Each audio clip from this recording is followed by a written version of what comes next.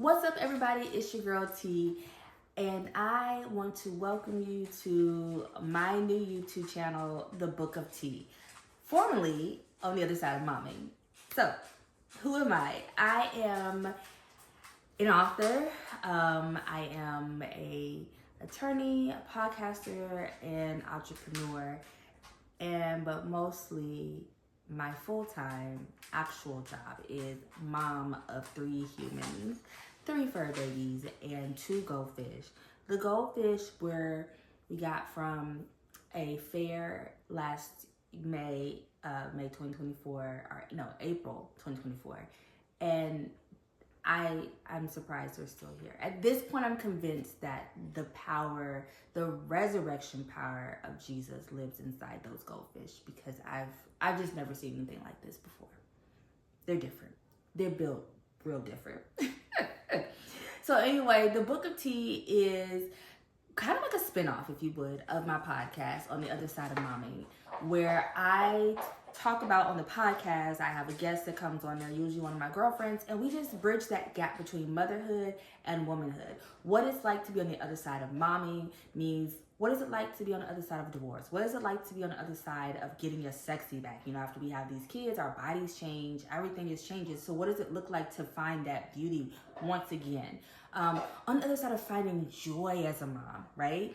And just so many other topics. So if you're interested in that, I will make sure to link the podcast and you can get caught up on it. And also, I am still adding the videos because, again, mom of 3, so work with your girl.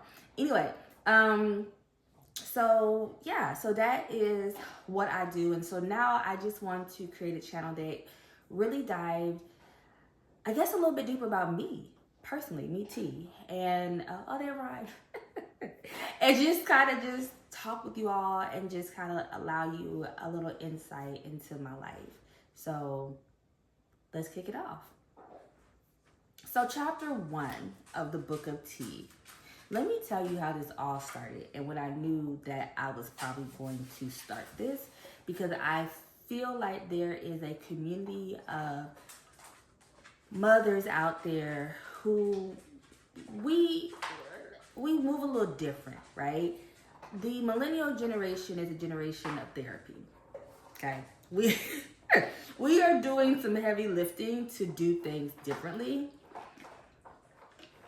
and it's like we're just moving different, right? So chapter 1 is aptly titled "The Power of Choosing You," right?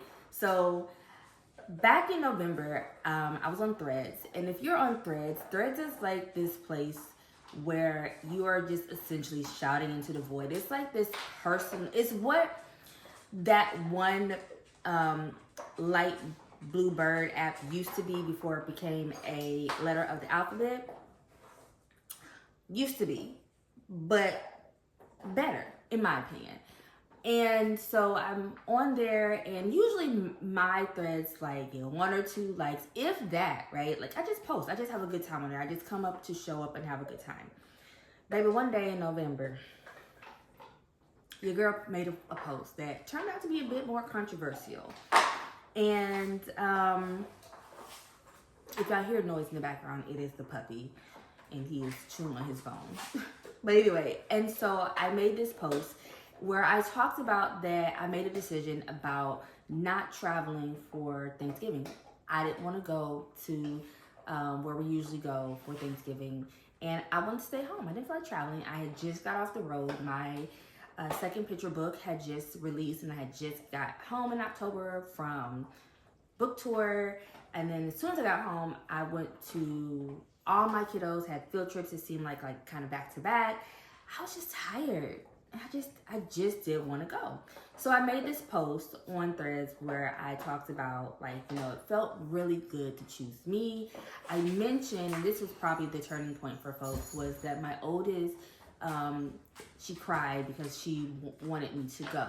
Now, if you have kids, and we know kids cry for a variety of reasons all the time. My kids cry if their shade of blue is not right, if we are out of oatmeal cream pies, if someone took the last of the pink lemonade, it's the whole situation, right? So in this case, this was nothing new because I don't always travel down to my in-laws when my husband takes the kids down there. And so this was no different. And I knew that when they got back home that we would go to my mom's house and we would also have Thanksgiving over there.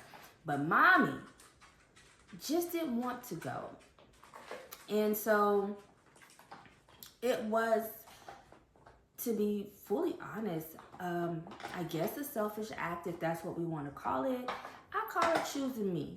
Because how many times as moms are we made to be martyrs, right? Like we are like full blown out here having to sacrifice constantly self. And then it's almost like you gotta wait till you lukewarm into the grave before you get an opportunity to really live life on your terms, because you gotta take care of these kids, you gotta take care of this person and that person and do that project and do that thing. And so there is no room for you. And so when that reality came, which is actually how I actually even started the podcast, because I was just like, yo, I call bullshit on this. Like this cannot be life. Like I should be able to be a mom and because before I was a mother, before I was a wife, before I was anything, I was me. I was me. And along the way of doing these other roles, I had lost sight of that, right? And so, listen, a few things I learned from this situation is, one, you damned if you do and damned if you don't, right?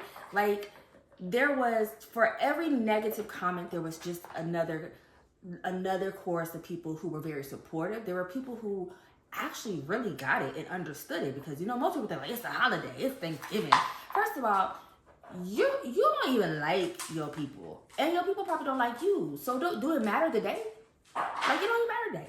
Like we're not fixing to do this semantics. Like I show up for my kids, I show up for my family. I'm just not going to spend a few hours out of town this time. Just not gonna do it. Now we're gonna leave it there. And when my kids came home, everything was fine. We read stories, we had a good time, we laughed, and the next day we went over to my mother's house and we got some really good food over there. And we hung out and it was a good time. And to answer the proverbial question, I do like my in-laws. I just wasn't going nowhere for Thanksgiving. I didn't like traveling. Point blank period. And what I realized is that I owe nobody nothing, right? And whose feelings I am responsible for are my kids, and responsible enough to how I help them shepherd their feelings, their disappointments, and their things like that. My job is not to prevent them from being disappointed, right? It didn't matter why I chose Thanksgiving. I could have chose some random national holiday that it's created and made up, right? And also I have feelings about Thanksgiving since I've gotten older. So neither here nor there. But choosing yourself as a mom is often, it's just seen as taboo. It's seen as like, that's not something you do. Everything you do is about these kids. That's it. Everything you have to do. And there's nuance to that, right? Like, yes, I am to help like discipline them, not like physically, but like discipline them, which means to teach. So teach them life skills. Help them develop a discipline muscle, which that's going to be another topic by itself. Like, because how do you teach someone discipline when you don't, anyway, neither here nor there. Let me keep my ADHD in check, y'all, because your girl can go off on tangents, and I don't want to do that to y'all. We still early in our relationship, and I don't want to run you off. I'm trying to, get to know you, get to know me. But, but that's something I realized, and what I ain't gonna hold you still. I still feel good about the decision, not do it again. But I felt empowered. I felt free, because it was like the first time in a long time that I really made a decision that involved just me. And I was like, I'm tired. Babies, y'all gotta go because you need to go see your grandparents. That's important. So y'all gotta go.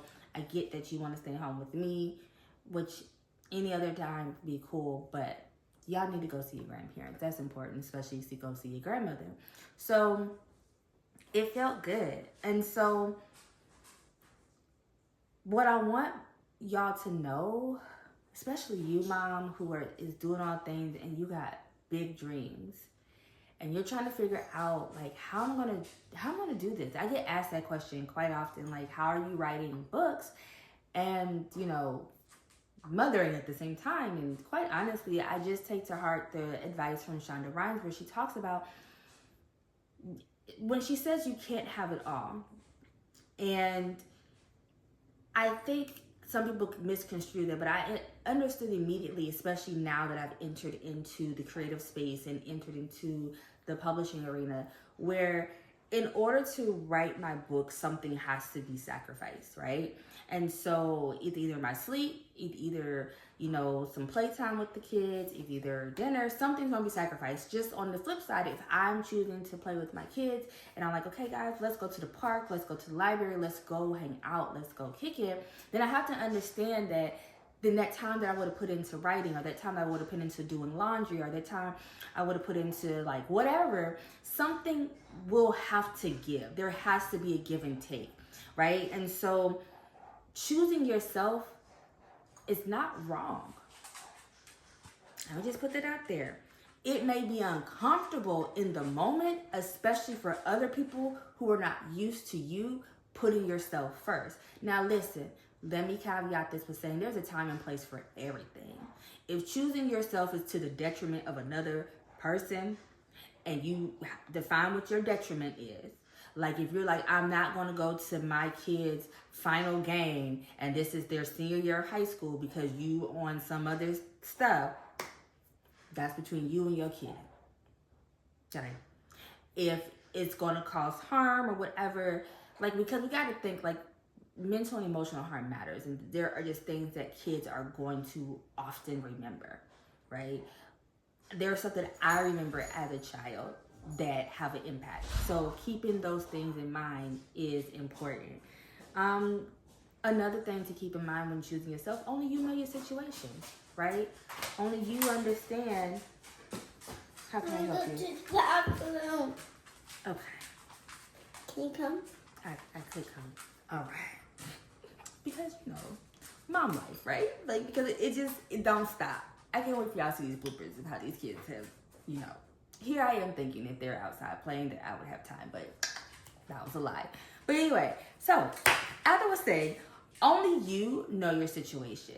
At the end of the day, listen, people on the internet, they just don't know you. No matter how much they think they know you, they don't. They don't know your day-to-day. They don't know what you're dealing with inside your home. So again, it goes back to that situation, that comment of damned if you do, damned if you don't. Baby, do you. At the end of the day, do you. They are going to talk. Let them talk. Okay? Because they ain't got nothing better else to do. Because at the end of the day, do it matter? Because the only people that matter at the end of the day are you, your family. And if your family's good with it, do it matter what internet people have to say? Probably not, sis. Probably not. Yes, I got notes too, by the way. We new to this, okay? We ain't gonna be out here faking. I gotta be seeing these YouTubers. I be like, man, they is really cute. They got their whole little script and they've been practicing. Baby, I just gotta give it to you. I got to have notes though because I am 41. And the way Pernisha be set up, Pernisha is what I've named my perimenopause, by the way. Pernisha be, she be trying me, but we decided, me and Pernisha, to work together. And so working together means that I might have to write me a note or two to stay on target. Okay, and that's okay. That's all right. Okay. And so lastly, friends, live life on your terms. You got this one incredible life, and I'm going to call it incredible. That's not to say that hard things will not happen, because that's not life, right? Life is a journey. There are ups, there are downs, there are sideway roads, there are straight roads. And we're all going to lead to a road that at the end of our life, we want to be able to look back and we want to have the least amount of regrets that we can have. I don't think you can escape life without any regrets. I don't know. I haven't asked somebody that. I actually asked the older person that, like an elder, like, can you escape life with no regrets? But I think we all make decisions and we all make choices. And at the end, it's just a short life. It just really is. And so you shouldn't have to wait for permission to live it. if there is something in your heart, whether it's to write a book, whether it is to start a business, whether it's to go back to school, whether it is to become a stay-at-home mom. Oh, I don't know what's happening outside, y'all. Ooh. Ain't nobody come in the house. I think we good. I may have to wrap this up. But anyway, listen. What I hope we show our kids is that our kids can be, if they decide to be a parent, that they can be a parent and, right? And so for me, what I love is that my kids, like when I go on tour and I have to leave, like I was gone, I went to Arizona this past weekend, and you know, I would love to take my kids every time I go on tour, but I can't. Number one, I'm working. Number two, they got school. But number three, it's just not where I'm not able to at this time. And so we all have to sit together in those feelings. But what it doesn't take away from is that my oldest daughter still wants to become an author and a mom. Except she wants to have 2 kids, which is probably smart. I got 3 of them. You know, but what they get to see and hopefully what they will appreciate as they get older is that mom definitely made sure to come to the things that were important.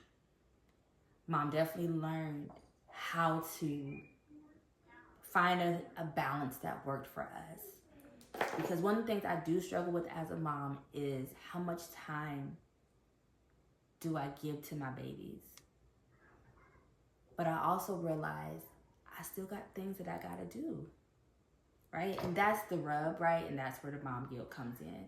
But, you know, my hope is that they will grow up to be able to know that they can be a parent and whatever that goes after the word and fill in the blank for them, that's what I hope for them.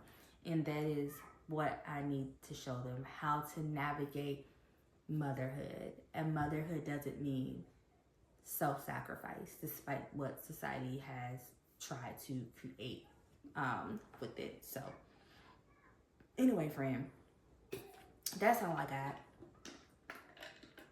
Because I don't know if these kids is fixing to come back in the house or not. And it ain't perfect, but it's progress, right?